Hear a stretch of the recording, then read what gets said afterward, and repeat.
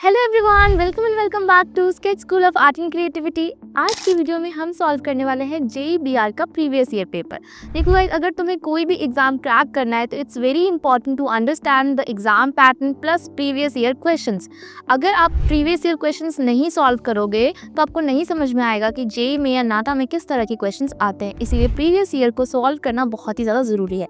आज की वीडियो में हम सॉल्व करने वाले हैं एक पर्सपेक्टिव का प्रीवियस ईयर क्वेश्चन ये है कि आपको एक काइट फेस्टिवल का व्यू बनाना है। अब देखो, अगर आपको बोला गया है कि काइट फेस्टिवल का व्यू बनाना है तो इसमें क्या चीज़ें इंपॉर्टेंट है। सबसे पहले कि आप एक पूरा सीन बना रहे हो तो बहुत ज़्यादा ज़रूरी है कि वो रियल से मैच करे। रियल से मैच करने का मतलब क्या है, आपको एक बहुत हाइपर रियलिस्टिक स्केच नहीं बनाना है, एक बेसिक स्केच ही बनाना है। मतलब ये है कि जैसा आप रियल में देखते हो कि पास वाली चीज़ आपको बड़ी दिखती है, जैसे ही वो आगे जाती है वो छोटी हो जाती है, उस तरह का दिखना चाहिए आपका स्केच। और वो कैसे दिखेगा, वो पर्सपेक्टिव का यूज़ करके दिखेगा। अगर आपको पर्सपेक्टिव स्केचिंग आती है तो आपको पूरा वीडियो बहुत अच्छे से समझ में आएगा और आप इस सोल्यूशन को बहुत अच्छे से बना सकते हो।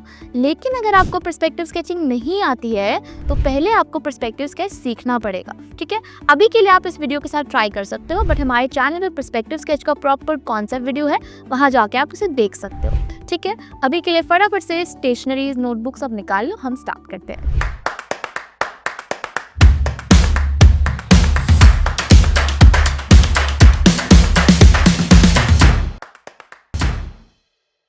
यहाँ पर हमें एक काइट फेस्टिवल का स्केच बनाने के लिए बोला है। तो सबसे पहले हम लोग बनाएंगे बॉर्डर, फ्रेमिंग देंगे अपने स्केच को। उसके बाद जिस भी पर्सपेक्टिव में तुम बनाना चाहते हो, 1 पॉइंट पर्सपेक्टिव में या 2 पॉइंट पर्सपेक्टिव में, उस हिसाब से आप हॉराइजन लाइन और वैनिशिंग पॉइंट बनाओ, ठीक है। अब यहाँ पर ऑब्वियसली काइट फेस्टिवल का स्केच है तो हमें थोड़ा सा स्काई दिखाना पड़ेगा। तो यहाँ मैं एक छत का स्केच बना रही हूँ कि एक छत है तो हमने छत की फ्रेमिंग बनाई है और साथ ही में साइड्स में बिल्डिंग, ठीक है। कोशिश करो कि एक बेसिक फ्रेमिंग बनाने के बाद कुछ ह्यूमन फिगर्स ऐड करो अपने स्केच में, क्योंकि ह्यूमन फिगर्स ऐड करने से ना हमारा स्केच इंटरेस्टिंग बनता है। और ह्यूमन फिगर ऐसे नहीं कि आप बहुत दूर से बना रहे हो। क्या होगा कि जब तुम दूर से बनाओगे तो तुम्हें बहुत सारे ह्यूमन फिगर्स बनाने पड़ेंगे और बहुत सारे एलिमेंट्स भी बनाने पड़ेंगे। लेकिन अगर तुमने एक ह्यूमन फिगर स्केच पास से बना दिया तो अपने आप ही आपका स्केच बहुत ज्यादा फिल हो जाएगा और कम टाइम में स्केच तैयार हो जाएगा, ठीक है। तो यहाँ पे मैंने कुछ ह्यूमन फिगर्स बनाए हैं इंटरेस्टिंग, जैसे कि आप देख सकते हो सेंटर में एक कपल है जो कि पतंग उड़ा रहा है, ठीक है। पीछे 2 छोटे छोटे ह्यूमन फिगर्स है, सामने की तरफ 2 गर्ल्स है जो कि प्रॉपर कुछ कर रही है, मतलब बेसिकली वो अपने काइट को तैयार कर रही है। ऑब्वियसली काइट फेस्टिवल है तो इस तरीके की एक्टिविटीज हो सकती है। और सेंटर में एक गर्ल है, बस, ठीक है। तो ऐसे ही कुछ पोजेस देखो, समझो अगर काइट फेस्टिवल है तो किस तरह के पोजेस होंगे, ठीक है। कोई ऑब्वियसली कोई पतंग उड़ा रहा होगा, कोई प्रिपेयर कर रहा होगा अपनी काइट को, और पूरा स्काई जो है वो काइट से भरा होगा, है ना। बहुत सारे पतंग होंगे और क्या क्या चीज़ें हो सकती हैं, क्या क्या और एलिमेंट्स हम लोग ऐड कर सकते हैं अपने स्केच में, ठीक है। प्रॉपर रिसर्च करो। कभी भी ऐसे नहीं होता है कि हम लोग डायरेक्ट स्केच बना रहे हैं। अगर तुम डायरेक्ट स्केच बनाओगे तो तुम्हारे माइंड में कुछ आएगा ही नहीं। क्या तुम एक छत बनाओगे, कुछ काइट्स बनाओगे स्काई में, कुछ बिल्डिंग्स बनाओगे और 1-2 ह्यूमन फिगर्स बना लोगे। बट एक बढ़िया, एक बेस्ट स्केच बनाने के लिए बहुत ज़्यादा इम्पॉर्टेंट है कि आप थोड़ा सा रिसर्च करो, पोज देखो कि किस किस तरह के ह्यूमन फिगर पोजेस बन सकते हैं, या फिर स्काई किस तरह से इंटरेस्टिंग बन सकते हैं, कौन से इंटरेस्टिंग वे में आप काइट बना सकते हो, या फिर बिल्डिंग्स कैसे बन सकती हैं। अगर काइट फेस्टिवल है तो क्या क्या एलिमेंट्स हो सकते हैं, किस तरह की यूनिक डेकोरेशन हो सकती है। ऑब्वियसली यहाँ पे हम लोग क्या ऐड करेंगे, हम लोग डेकोरेशन ऐड करेंगे, बहुत सारे पतंग ऐड करेंगे, है ना, कुछ स्नैक्स ऐड कर सकते हैं टेबल पे, ओके। जो एलिमेंट्स हमें देखने को मिलते हैं काइट फेस्टिवल में वो हम ऐड करेंगे। तो वो सब तुम डायरेक्टली भी ऐड कर सकते हो, बट डायरेक्टली क्या होगा ना कि एक बेसिक ऑब्जर्वेशन आएगी, उतना यूनिक नहीं आएगी, ठीक है। स्केच बनाना और अच्छा स्केच बनाना दोनों ही डिफरेंट होता है। सारे बच्चे काइट फेस्टिवल का बेसिक स्केच बनाएंगे, तो आप अपने स्केच को यूनिक कैसे बनाओगे। आप अपने स्केच को यूनिक बना सकते हो ज़्यादा ऑब्जर्वेशन शो करके और अपने डिज़ाइन को बेस्ट बना के, ठीक है, एक्सप्रेशन शो करके, है ना। अगर तुम नॉर्मल 1 से 2 ह्यूमन फिगर बना रहे हो तो उसमें कोई फ़ायदा नहीं है। आपको थोड़े पोजेस दिखाना है, इमोशन दिखाना है। जैसे कि यहाँ पे हम एक कपल देख रहे हैं, ठीक है। तो जो कपल है वो प्रॉपर पतंग उड़ा रहा है, तो जो इसमें बॉय है वो पतंग उड़ा रहा है और जो गर्ल है पीछे बहुत एक्साइटेड है, ठीक है। तो एक इमोशन शो हो रहा है। ऐसे ही हमें कोशिश करनी है कि हम कुछ इमोशन शो करें, है ना। आप एक लड़की बनाओ या एक लड़का बनाओ, जो भी बनाना चाहते हो, कोशिश करो कि उसका पोज थोड़ा इंटरेस्टिंग हो, और जैसा रियल में होता है। कुछ आप रिसर्च करो, देखो कि काइट फेस्टिवल के समय लोग कैसे फोटोज क्लिक करवाते हैं, या फिर और कौन कौन से पोजेस हो सकते हैं। इन सब चीज़ों को जब तुम रिसर्च करोगे तभी एक अच्छा स्केच बनेगा, ठीक है। प्रॉपर पीछे मैंने सिटिंग एरिया बनाया और कुछ छोटे छोटे ह्यूमन फिगर बनाया है। तो जो छोटे छोटे ह्यूमन फिगर्स होंगे उसमें हम लोग उतना डिटेल नहीं डालेंगे, जो पास में होंगे उनमें हम ज़्यादा डिटेल डालेंगे, ठीक है। और कुछ दूसरे छतों पे भी आप ह्यूमंस बनाओ ना, सारा फोकस जो आपका मेन जगह है उस पर मत डालो, आप पीछे भी बनाओ, कुछ ह्यूमन फिगर्स दिखाओ कि वो भी पतंग उड़ा रहे हैं ना। उनको हल्का बनाओ, उनको उतना डिटेल में नहीं बनाना, बेसिक की बस दिखे कि कोई है और वहाँ पे कुछ एक्टिविटी चल रही है, ठीक है।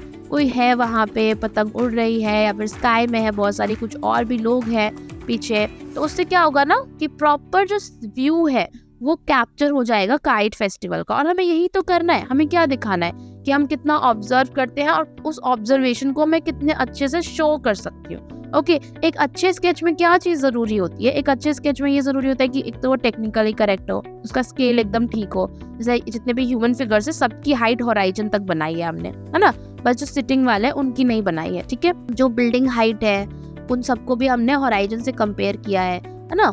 जो रेलिंग वाला पार्ट है वो कहाँ तक आएगा वो हमने कंपेयर किया है यहाँ पे, ठीक है, जिससे कि स्केल करेक्ट है।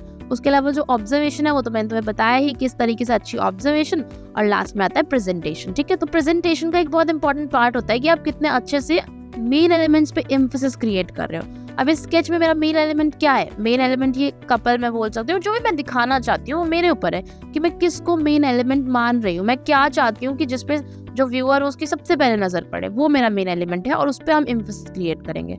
क्रिएट करने के लिए क्या कर सकते हैं? डार्क लाइंस बना सकती हूँ या फिर कलर करके भी एम्फेसिस क्रिएट कर सकती हूँ, है ना।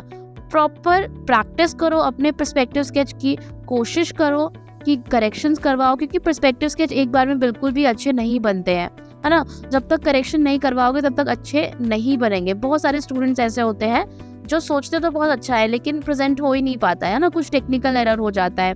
या फिर बहुत सारे बच्चे ऐसे होते हैं कि जिनकी टेक्निक तो बहुत अच्छी होती है लेकिन ऑब्जर्वेशन बिल्कुल भी अच्छा नहीं होता। तो वो सब आप प्रॉपर जब बहुत सारे बच्चों के साथ डिस्कस करते हो या फिर टीचर्स के साथ डिस्कस करते हो, धीरे धीरे इम्प्रूव करते हो, तब जाके पर्सपेक्टिव स्केच अच्छा बनता है। और पर्सपेक्टिव स्केच ना बहुत बहुत बहुत इंपॉर्टेंट है जेई के लिए। आप जितने भी अटेम्प्ट्स देखोगे ऑब्वियसली हर में आपको पर्सपेक्टिव स्केच मोस्टली देखने के लिए मिलता है। हाँ, कुछ में हो सकता है रेयरली, बट मोस्टली आप जो देखोगे अटेम्प्ट्स में पर्सपेक्टिव स्केच आता है। और सीन मेकिंग अगर आप अच्छे से बना पा रहे हो तो आपके लिए बहुत बहुत बहुत प्लस पॉइंट है। इसीलिए अभी प्रैक्टिस करना शुरू कर दो सीन मेकिंग की, ठीक है। कहीं से भी करो, हमारे यूट्यूब चैनल पे वीडियोस देख के करो, कौन से वीडियो देख के करो, बट प्रॉपर अच्छे से प्रिपेयर करो। ओके, ये आप देख सकते हो, ये हो गया हमारा final sketch ready. I hope आप सबको ये वीडियो समझ में आई होगी और सबने साथ साथ में ड्रॉ करा होगा। अगर तुमने नहीं बनाया है तो अभी बनाओ, क्योंकि जब तक तुम नहीं बनाओगे तुम्हें ये समझ नहीं आएगा, ठीक है। क्योंकि हम जब देखते हैं ना तो हमें लगता है कि हाँ हम बना लेंगे, लेकिन जब हम उसे बनाने बैठते हैं तो हमें समझ आता है कि मुझे यहाँ पे प्रॉब्लम आ रही है, मुझे यहाँ पे प्रॉब्लम आ रही है। और जब तुम्हें वो प्रॉब्लम पता चलेगी तभी तो तुम उसे सॉल्व कर पाओगे। और अगर हम उसे ठीक नहीं करते हैं ना तो वो प्रॉब्लम रह जाती है। आपके स्केच में हमेशा से ही वही गलतियाँ होंगी, फिर रिपीट होंगी। अपनी गलतियों को ठीक करना बहुत ज़्यादा ज़रूरी है और उसके लिए आप प्रॉपर ट्राई करो कि ज़्यादा से ज़्यादा प्रैक्टिस करो, ज़्यादा से ज़्यादा अपने करेक्शंस करवाओ, जिससे कि आपके स्केचेस और इम्प्रूव होते चले जाए। क्योंकि देखो, जब आप अपने स्केच पे काम करते हो, गलतियों को ठीक करते हो, तो वो गलतियाँ आप वापस रिपीट नहीं करते हो, ठीक है। और फिर कुछ नई चीज़ पे ध्यान देते हो, फिर उसे ठीक करते हो। ऐसे करके आपका स्केच बहुत ज़्यादा अच्छा हो जाता है। और ये सब करने के लिए यू नीड अ गाइडेंस। और अगर तुम्हें प्रॉपर प्रिपेयर करना है JEE-BR के लिए, नाटा के लिए, तो यू कैन जॉइन SSAC। देखो, SSAC ना एक प्रॉपर ऑनलाइन प्लेटफॉर्म है। आपकी सारी क्लासेस ऑनलाइन होंगी 8 to 10 के बीच में, जिससे कि आपके स्कूल, ट्यूशन्स कुछ भी इंटरप्ट नहीं होंगे। ओके, SSAC में जो हमारा सक्सेस रेट है वो 1/3 का है। क्यों? क्योंकि हम ट्राई करते हैं कि हर बच्चे के पर्सनल डेवलपमेंट पे काम करें। पर्सनल डेवलपमेंट मतलब क्या? क्योंकि हर बच्चा सेम नहीं होता है। जहाँ तक मुझे लगता है कि हर बच्चे का सीखने का एक अपना तरीका होता है ना? हर कोई बहुत फास्ट नहीं सीख सकता है, हर कोई बहुत स्लो नहीं होता है। सो इट्स इम्पॉर्टेंट कि आप अपने आप को एनालाइज करो और उन चीज़ों पे काम करो जो आपके लिए ज़रूरी है। और ये सब करने के लिए पहले आपको समझना पड़ेगा कि हम किस तरीके से पढ़ाते हैं, और उसे करने के लिए आप ज्वाइन कर सकते हो free demo. Free demo join करने के लिए आपको कुछ भी नहीं करना है। जो स्क्रीन पे नंबर दिख रहा है वहाँ पे आप कॉल या व्हाट्सएप कर सकते हो, या फिर डिस्क्रिप्शन में आपको वेबसाइट का लिंक मिल जाएगा, वहाँ से भी आप फ्री डेमो बुक कर सकते हो। ओके गाइस, तो ये डेमो क्लास बिल्कुल ही फ्री है, तो अभी जाके बुक कर लो, क्योंकि आपको प्रॉपर एक लाइव एक्सपीरियंस मिलेगा। लाइव आप सीखोगे, कुछ ना कुछ तो तुम्हें सीखने को ज़रूर ही मिलेगा डेमो क्लास से। तो अब हम मिलेंगे नेक्स्ट वीडियो में कुछ नए सॉल्यूशंस के साथ या फिर कुछ नए कॉन्सेप्ट्स के साथ। तब तक के लिए बाय।